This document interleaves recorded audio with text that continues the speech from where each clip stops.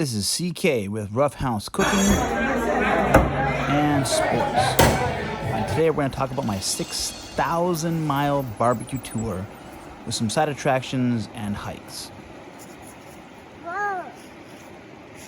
We left the home base of Northern California and burnt our way through Northern Nevada to get to our first waypoint, Utah, and the Salt Lake of Salt Lake City, Utah. The Salt Lake has very clear water. It's very shallow, and it just disappears off into the horizon. The inhabitants are brine shrimp, or better known as sea monkeys. Some of Utah's more famous cuisine is the origin of the pastrami burger, which made birth from Crown Burgers. It's pastrami and a hamburger. It was delectable. Our next stop was Wyoming, and Wyoming had a veritable vocabulary of exotic meat, bison, elk, and whatnot. After our brief stop in Wyoming, we made our way back into Utah and drove until we went to Dinosaur Monument. What's interesting is the park of Dinosaur Monument starts in Utah and goes to Colorado. We started off at the Utah side and saw the dinosaur wall that was inside of a building full of bones like the Stegosaurus and Allosaurus. Then we did some hiking and some swimming in a very isolated and beautiful park in Utah.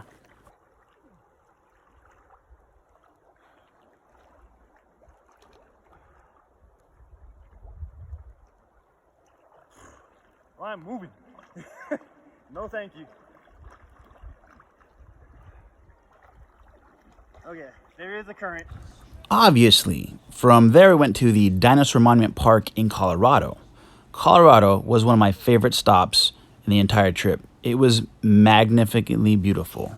One of the first things we did in Colorado was go to the graveyard and final resting place of the cowboy Doc Holliday. No one's actually sure which grave is his, but they do have a grave marker and a monument to him there. We then did a hike in one of the foothills and then made our way to the largest comic book store in the country. From there, we stopped in and had lunch. Lunch was at Slater's 50/50, a burger that's 50% beef and 50% pork, or bacon, but pork. We then made our way to Kansas, stopping in Garden City at Plank's Barbecue. We had ribs, sausages, pulled pork, onion rings, baked beans, potato salad.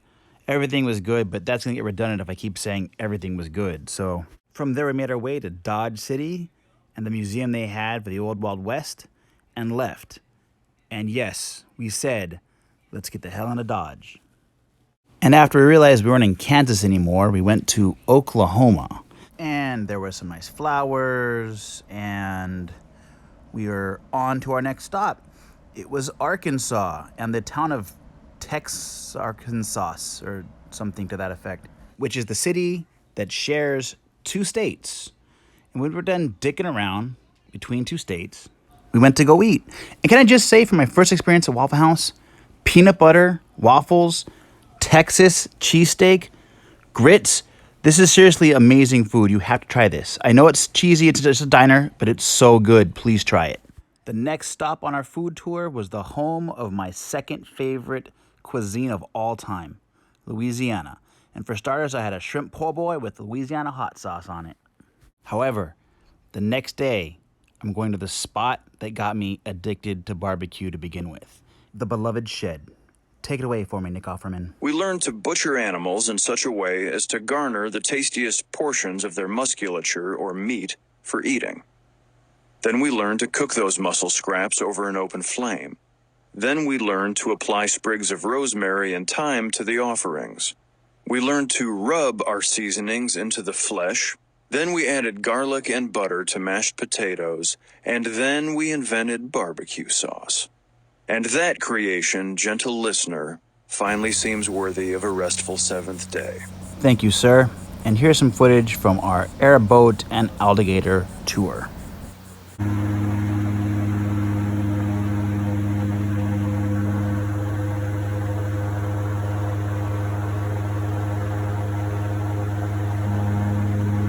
Now I'm going to use this opportunity to talk about the food I had from the shed.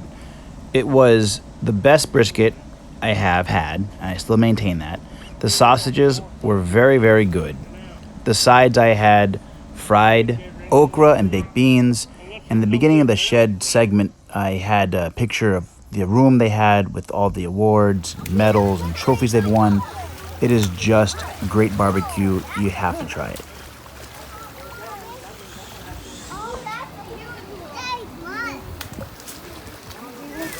Oh my god, are they fighting each other? Yeah, they're fighting.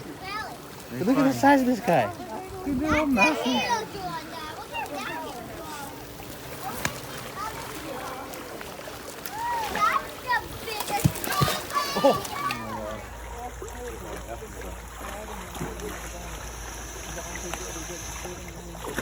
How often do they get fed?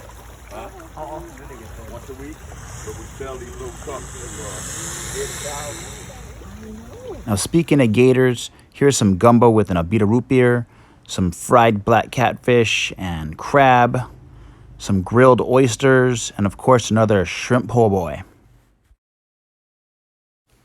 Now, with that said, we make our way to Sweet Home, Alabama, and have a plate of fried catfish, some toast, and fries. The second leg of the journey starts with Texas, and that's the home of the brisket. Now, the last couple of days, as you can see in the video, have been meat-filled, so I had to switch it up a little bit with this brisket and get a brisket sandwich, side of mac, and chili. We also had some ribs, some chicken, and it was great. Oh, and the jalapeno cornbread. Next stop, New Mexico, which produced one of the biggest barbecue surprises of my life. I had the best ribs I've ever had at a place called The Cowgirl. Don't believe me? Try it for yourself. I couldn't do it justice. Nick, please elaborate for me. If there is a God, no part of the Bible or Christian doctrine will convince me of his existence half as much as the flavor of a barbecued pork rib. It is in that juicy snack that I can perhaps begin to glean a divine design, because that shit is delicious in a manner that can be accurately described as heavenly. He's fucking right. The ribs fell off the bones with the assistance of gravity. All right, anyway, I'm gonna zoom out here. This is a national park in New Mexico that has these caves that Native Americans used for a city. It was another nice hike. The weather was a bit cold, but here you go. Beautiful valley. Hello. Okay, buddy, go. Here we go. It's pretty awesome. New Mexico is one of those places that can snow in the middle of September. So yesterday, it was like 80 degrees. Now we're in the mountains, and it's snowing. New Mexico, Santa Fe, snow. Lastly, we stop over in Arizona, where we enjoy an Arizona iced tea. But all props aside, we had authentic Mexican food, and it did not disappoint. The burrito was great, the chips and guacamole was great.